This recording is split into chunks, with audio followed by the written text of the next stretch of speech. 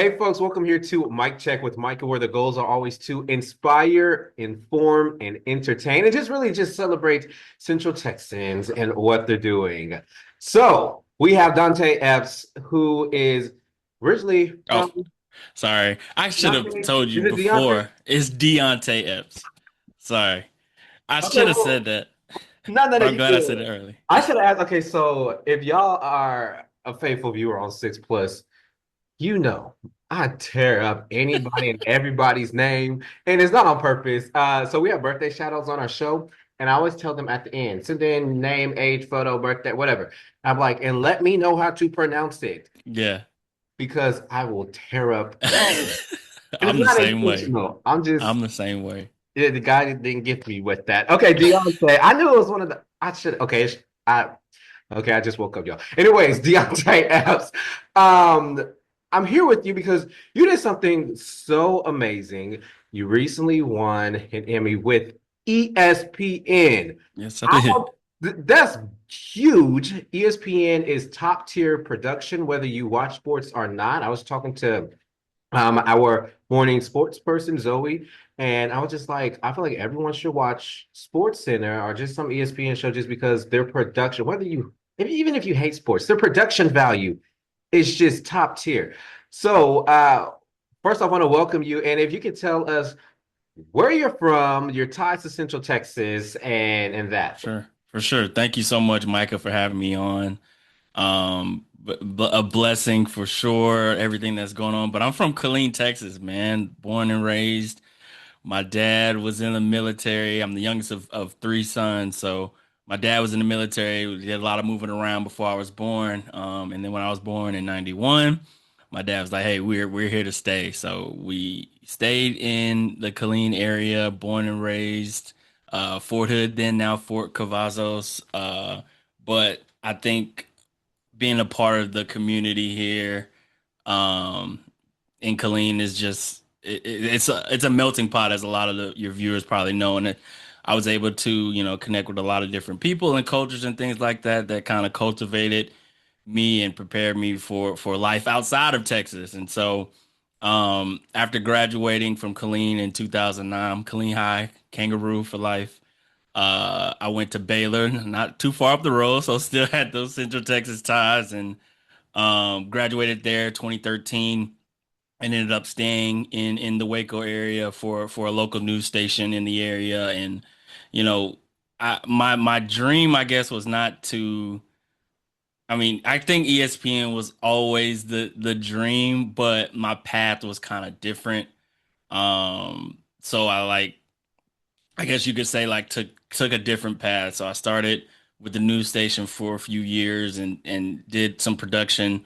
I had a production assistant role, and then things changed a little bit and I had to pivot careers, and I ended up teaching and coaching for like 5 or 6 years in the area, everywhere between Connolly High School, Connolly Junior High, my whole high school at Killeen High, Belton. And so like I continued to build those connections, and a lot of the people I'm still close to and connected with. And I knew always in the back of my mind, though, that I always wanted to be in sports.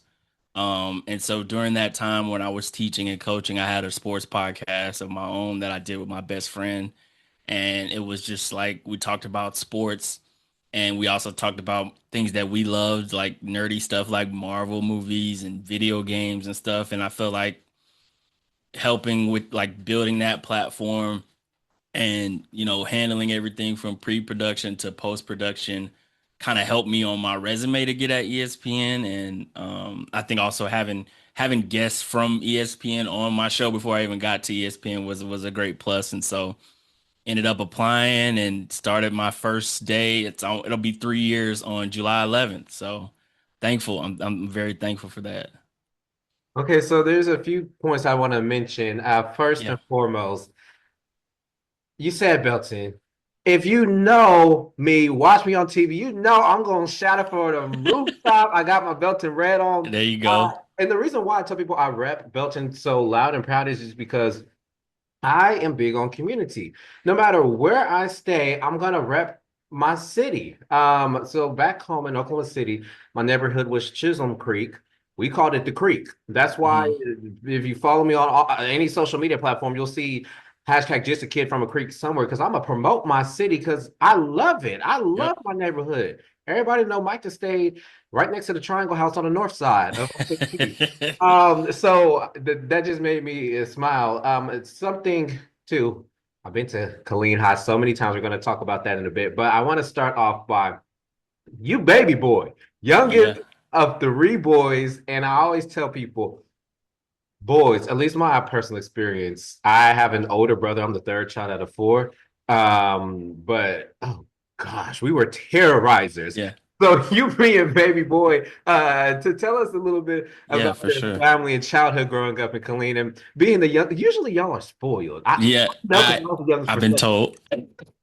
I've been told that, and what's so special about that is like I really grew up like the baby. Like when I was born, my older two brothers were already like 13 and 14. So I got the perks of the only child, and if you talk to them today, they'll say the same thing, and when they watch this back, they'll laugh about it because we always talk about it. But I also always like let them know and tell them I'm thankful for them because I always say without them, my brothers, like there's no me. Like they've shown me the path of like the way to go. Like I was able to take things from what they've done in, early adulthood and take it into my life and like being able to, choose that path of the way I want to go. And I always tell them to their face that I'm thankful for them for that, for, being the big brother, like not in a, nagging way, but like in a helpful way and one that I always take with me wherever I go. And especially when my wife and I moved out here to Connecticut, it was just like, all right, this is how I want this to go. This is the path I want to take, and I'm so thankful for them and obviously my mom and dad who still live in Killeen today. And I always try to tell them how thankful I am for always being supportive and the times where I thought that I didn't, or should I say I didn't know what I wanted to do. I didn't know where my life was gonna go. Um, like family is so important to me and like I'm always thankful for them. And I want to ask, I mean, growing up, you kind of mentioned it. Growing up, when did you decide, hey, maybe I can go the sports route? It was that podcast? Tell me about your childhood. Did you always want to do something in the sports related field? Yeah. Did you, when was that discovered? I think I spent time when I was with the local news station there. I spent in the Killeen Temple area. I There was a moment where actually got promoted to weekend sports anchor, and my parents to be able to see me on TV, every Saturday and Sunday was a blessing. But it also allowed me the opportunity to be like, man, I want to do this. Not necessarily anchoring because I'm not anchoring with ESPN. That's a very very tough path to get into, but I want this to be my life and I want this to be something that doesn't feel like a job. Like I want this to be like an opportunity for me to wake up and be like, man, I love what I do. You know, I love waking up and, there's a million people that wake up and want to be in my position. So I like always am mindful of that. And like, so I think that kind of it kind of switched for me then. So that was maybe like 2015, 2016. But like the path, what one thing that's so funny, and I'll tell people that'll listen is just like you have this goal, right? And you know how you want to get there. Or should I say you want to get there, but you don't know how. And like a lot of opportunities, like you see it there or you see it happen for someone else and you're like, man, why not me? Why not me? And that happened to me like a few times during this, journey. And it's like I had to teach myself and I had to, lean on people close to me to like be patient because I spent 5 or 6 years in the teaching and coaching sphere in Central Texas. And like, I don't take it for granted. I love, working with kids in the community and like, mentoring our next generation. And I knew that was the place I needed to be at that time, and I still had that in the back of my head. I was like, all right, I felt like I needed to be here for a reason to build, my leadership skills, build, my relationship skills with people. And like, I knew that it was an opportunity for me to take the next step. And like, so I applied, there was an opening for ESPN and like the smaller production assistant role. And I applied, maybe this was 2021, and I actually got the job. And by this time, I'm already married with my wife, and we had been married probably like a year and a half at that point. Um, I might be getting the timelines mixed up, but we were either about to get married or near getting married. But it was not a good time for us to move out of Texas financially. COVID was still a big thing at that point, and I got an offer from ESPN to accept, but I would have to move in like 2 months. And it was like, I'm like, oh, I got it. I got my position. I got the dream job. And then my wife and I had a talk, and it was just like, no, we can't do this right now. It financially it wasn't right for us. And so again, it was coming back to the dang, like all this thing, all the times, and everything that I worked for this moment, I accepted it, or I got there, but I couldn't logically accept the position. And so I talked with the higher ups at ESPN, and they were like, yeah, I mean, well, if this position comes open again, you can apply, and they were kind enough to push me past like the first two interviews because they had already accepted me. But well, that's what they were offering me. Like, if you apply again, we can push you past the two interviews, yada yada yada. And at that time, you're like, yeah, yeah, yeah. Y'all Y'all probably say this to everybody. And around I want to say it was November of 2021. Things for my wife and I financially were great. We felt like if the opportunity came around again, that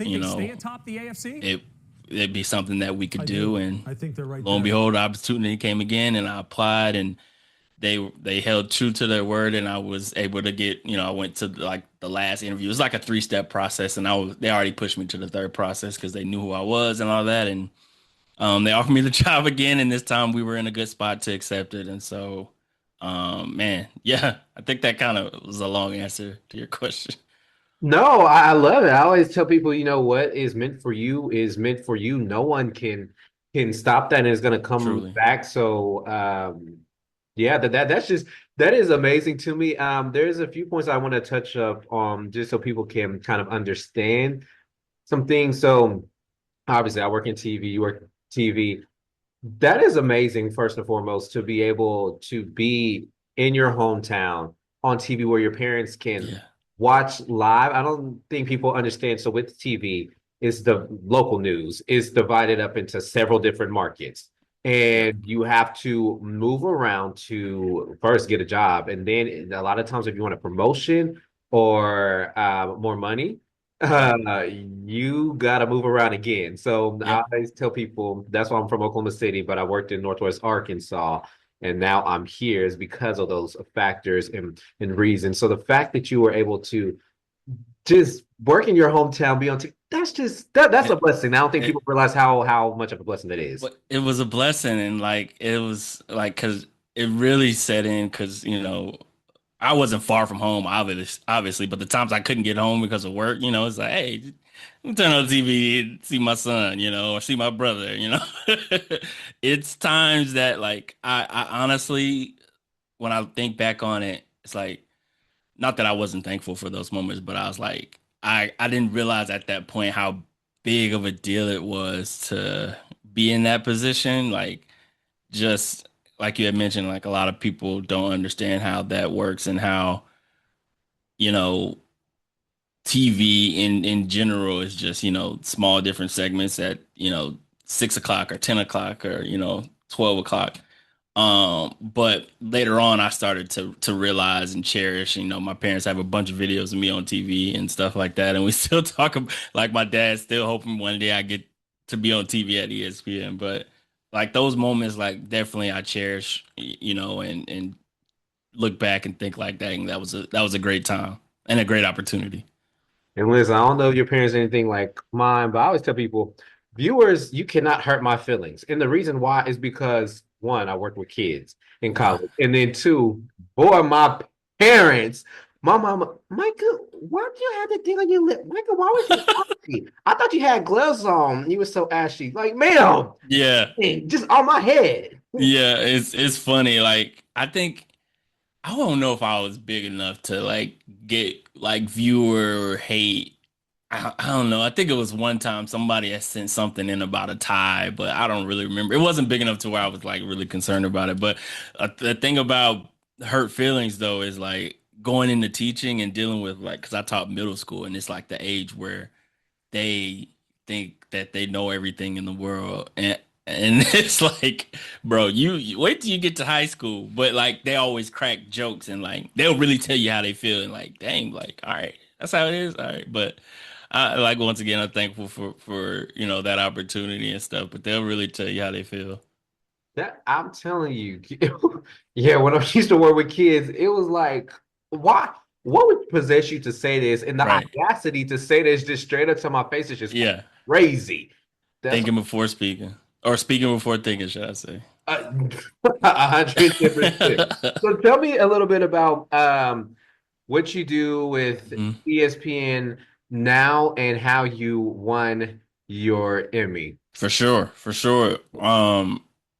So I started with ESPN July of 2022. So I'm coming up on 3 years now. And having that journalistic background, like the program, they like for hirees, they put them in this program called ESPN Next, and it's just basically like a program to kind of get you introduced to the company, and like they basically put you where they see fit for company need. So and based on your background. So I was coming from a journalistic background, and when I first got hired, I got put with the E60 and Outside the Lines team. So if people don't know, it's like the journalistic side of ESPN. They do investigative stories, documentaries, things like that. So I was with them for about a year and a half, maybe a little less than that. And then in October of 2023, I moved to the NFL team, working with NFL Live, which is like the daily show that airs Monday through Friday. And then what I was mainly a part of during the season and still a part of now is the NFL Countdown team, which is like ESPN's pregame show that like 3 hours on Sunday morning. If you ever watch ESPN, from like 9 Central, I'm trying to go Central Time, I'm in the Eastern Time, from 9 to 12 Central Time. It's like previewing the latest slate or this week's slate of games. And has a show with like Randy Moss, Teddy Bruschi, Alex Smith. Is now hosted by Mike Greenberg, but moved to that team and it's been a blessing. Like working with people that were playing in the NFL, like famous. Randy Moss obviously is famous, but working on the day to day with the talent there has been a blessing. The team is great. And what's really cool is like learning how to build. Like I was familiar with, Adobe Premiere Pro and like working with content and making things look a certain way, but I've learned so much at the company. And right now, like I help build, like if you ever watch a show, it's just like different pieces and stuff that's flashy and has all these cool elements. And that's what basically I do now as a content associate. That's my title. But um, do the same for Monday Night Countdown, which is the Monday side, previewing the Monday Night Football game that's coming up that week. So I work with both teams.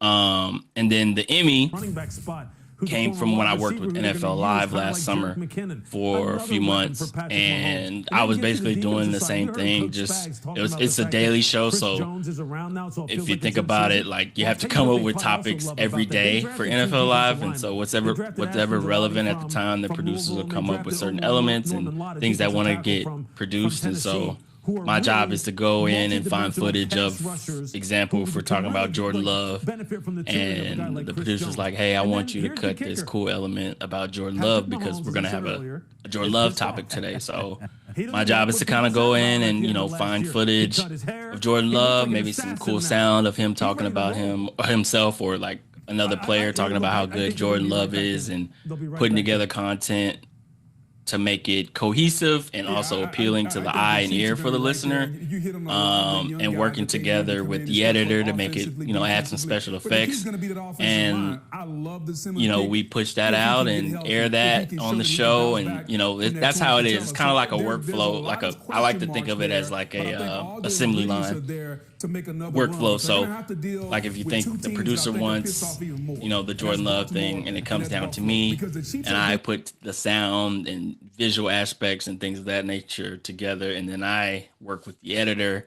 to make it flashy, make it sound perfect for air and things of that nature. And then we send it to you, the audience, to hear, to watch and to gain information like that. So this past May, NFL Live was up for the Outstanding Studio Show, and it was up against some great competition. I think the Dan Patrick Show was one of the nominees. Like a lot of sports shows that you watch on the daily. I think There's no question maybe about it. And here's the thing, right?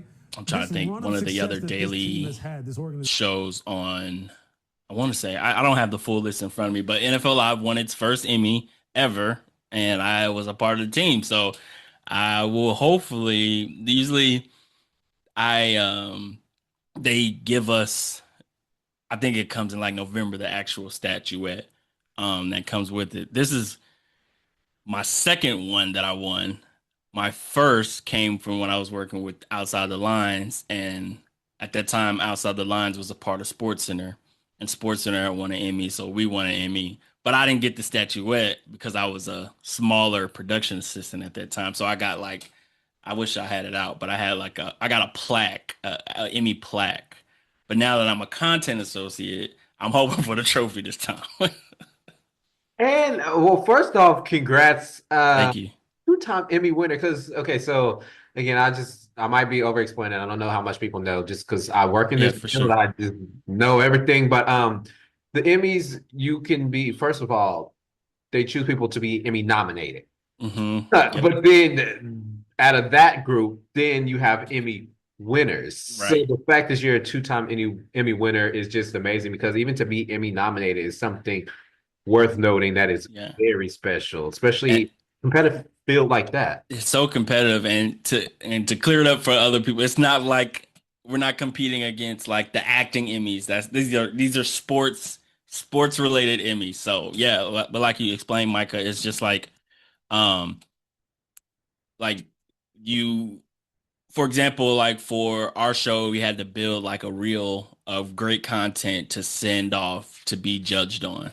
And if you think about it, ESPN has so many shows. So first we're like competing against each other, right? And then ESPN chooses like, all right, you're getting nominated, you're getting nominated, you're getting nominated, or you know, I shouldn't say nominated, you're getting picked to be up for nomination.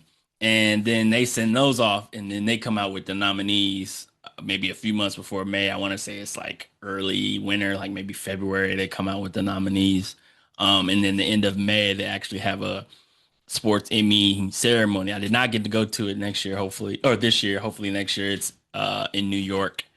And yeah, that's when they announce the winners. But it's like you said, it's like competition is heavy. So if you think of all the sports that you consume, like outside of ESPN, you got Fox Sports, CBS Sports, you got Netflix now, you got Amazon, um, you have NFL Network, you have TNT, like all these other entities, and so to be a Our part, to the NBA on I know, man.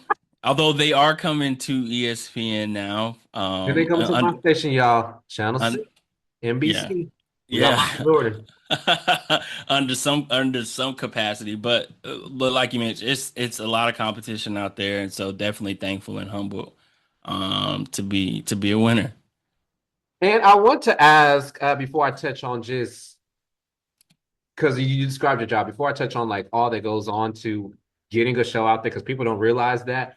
I want to ask, what was your first thoughts and reactions when you were nominated, when the show was nominated for this Emmy, and then when you found out you all won this? Right.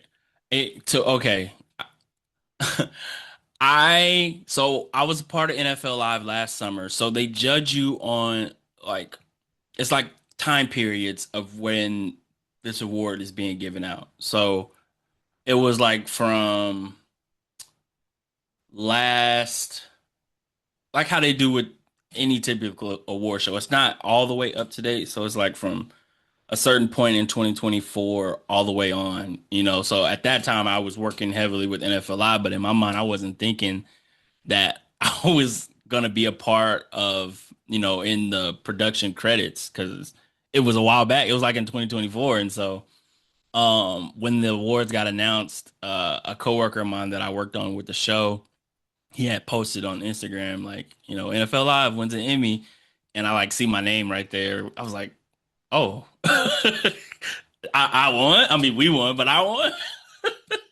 So I was under like they list like the entire cat or should I say crew, for the show during that time period, and they have the talent, so all the hosts. So NFL Live is hosted by Laura Rutledge. They have Dan Orlovsky, Ryan Clark, Marcus Spears, Adam Schefter. If you watch ESPN, like all the hosts and analysts that come on the show are listed. They have the director, producers, and then my title is content associate. So they had all the content associates listed there. And then I see my name right there. I'm like, oh, oh, oh. And so it was shocking, but like it was shocking, I guess more than anything, but it was also like, man, it was like a culmination of hard work because those months like was it's hard to come up with content for the NFL during the summer. Like if a lot of people watch ESPN during that time, it's just like we are trying to still come up with the best content as if the season was going on, week by week. And so I think it's a testament to the crew and everybody coming together to kind of put the best content possible on the screen. And so I was surprised, but also it felt like a testament to hard work. And I mean, it is a testament to hard work. I think that is hilarious how you found that was it. Yeah. But real quick, I want to touch on just all that it takes to get this on air because people don't realize. Obviously, ESPN has a lot more going on than like a local station. But I always tell people, you may see my face in that anchor chair. Yeah. However, our producers, I come in, I mean, at between 3 and 3:30 in the morning. However, our producers coming in at midnight, writing it. I'm there to double check. And then you have an executive producer. Then you have production who consists of people who make sure our mics are on and off, the people who make sure that they push the buttons to make sure that we take the right camera. Then you have an editor who's getting all of this video in. And then you have a reporter. And you mentioned it is in a civilly line. When I was a reporter, Yep. I always used to talk to my coworkers like, bruh, this is just one step off from just falling apart. Just the entire I'm show. telling you. As a reporter, if I don't, the producer has a minute and 30 at least for me in their show.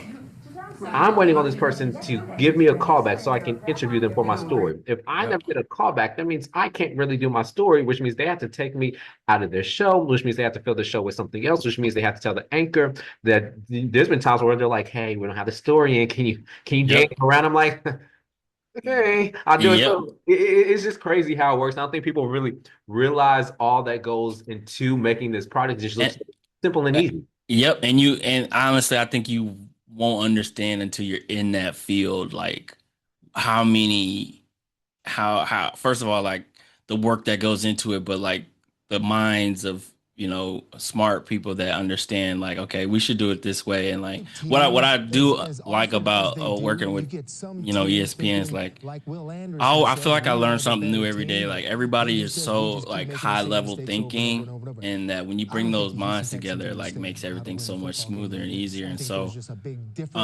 like the behind the scenes stuff that goes into it, like deadlines and like hit times,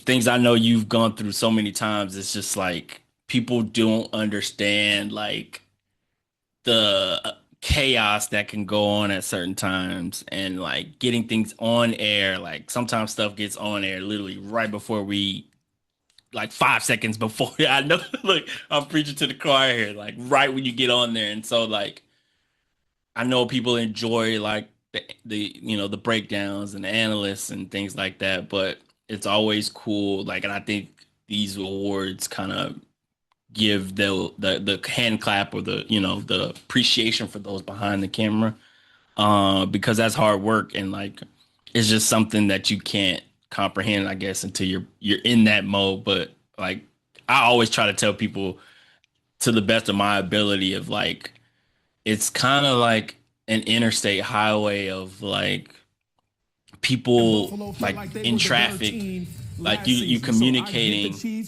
but always you can't always communicate on the same wavelength if like the producer is in another room doing something else. It's like understanding how that person is going to think and like, okay, we got to get on the same path. We got to get on the same level. We got to flow. I guess I want to say traffic. We got to flow the right way. You know what I'm saying? In traffic. And so when it all comes together though, and the product comes out the way it does, it's always a great thing.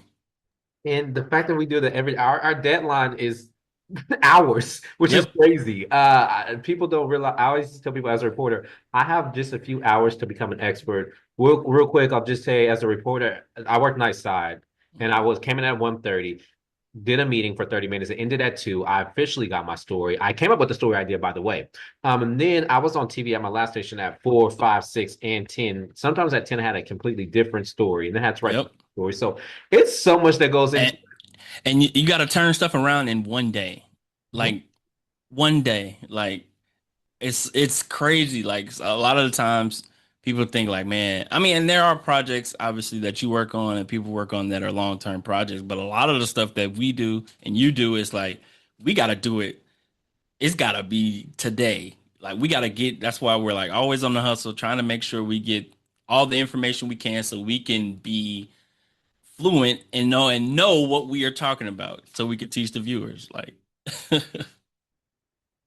And real quick, we do have a few minutes. I want to ask you growing up here in Killeen, now working at ESPN, an Emmy winner, what would you say to people just from Central Texas? I mean, you went to Baylor, from Killeen, just to let them know, this is possible for you to reach your dreams. Look, I am 34 years old and I got to ESPN at 31. Like the people that I came in with at my job or in my cohort, like they hire in cohorts, so it's like a group of 20 or so at different times. I came in as the oldest one. Everybody else is coming in as fresh college graduates, you know?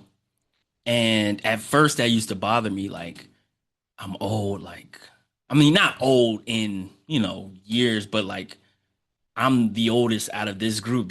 I'm working with 21, 22-year-olds, and I that used to bother me. And then I talk with family and talk with my wife and who's always supported me and stuff. And it's just like, I think that's a testament to never giving up and never believing, always pushing forward to what you want to do. It's never too late. Like I started in news. I went from news to teaching to working at ESPN. Like I don't know anybody else that's had that path, and so I think that's an important thing for people that listen to this or watch this to kind of take into effect. Like you could do whatever you want to do if you put your mind to it, set goals of how you want to achieve it, have people to support you at times when you feel down, like, man, this is not going to happen. Like throughout my story, there were times where I'm like, this is not going to happen. I had the job and then I didn't have the job, and I always say it's just like believing in yourself and coming up with a plan to achieve it. And it's not too late. And another thing I would say is just like along the way, like do not be afraid to ask questions. I grew up a straight A student, honor roll. I felt like I knew everything, and I felt like asking questions was like me saying I don't know. And it's okay to not know, right? Like especially in this profession, like you have to ask questions, because if you think this producer wants it to go this way and you cut it this way, and you can attest to this in the field, and then it's cut this way and it airs the wrong way, it's an issue, right? So communication is key. Not being afraid to ask questions is key, and believing in yourself. And it's never too late never too late. I got hired at this job with 22 and 23-year-olds, right? And it's like it I guess that's the best way to put it is like never giving up, and if you want to get it, go get it. Go get it real quick. And I guess 30 seconds or less. Is there anything else you would like to say or we should know? Oh man, I think that's it. And I will say, like, I know sometimes ESPN gets a lot of a bad rap about what certain analysts say, but I mean, the people that I know behind the scenes, like, it's a great place to work. I've met some long-term friends that I know I'll be friends with after, and like, it's a community, it's a culture, and that's about it, man. Hey, I appreciate you. I always say this is a job where a lot of people are going to see you. They're going to love you. They're going to hate you. It is what it is. Hey, Yeah. thank you so much for joining us. I appreciate you, Deonte. Said it correctly this time. You got me. You got it. And thank you all so much for joining us for Mic Check with the Micah. I'll see you when I see you. I don't know when that's going to be, but be blessed.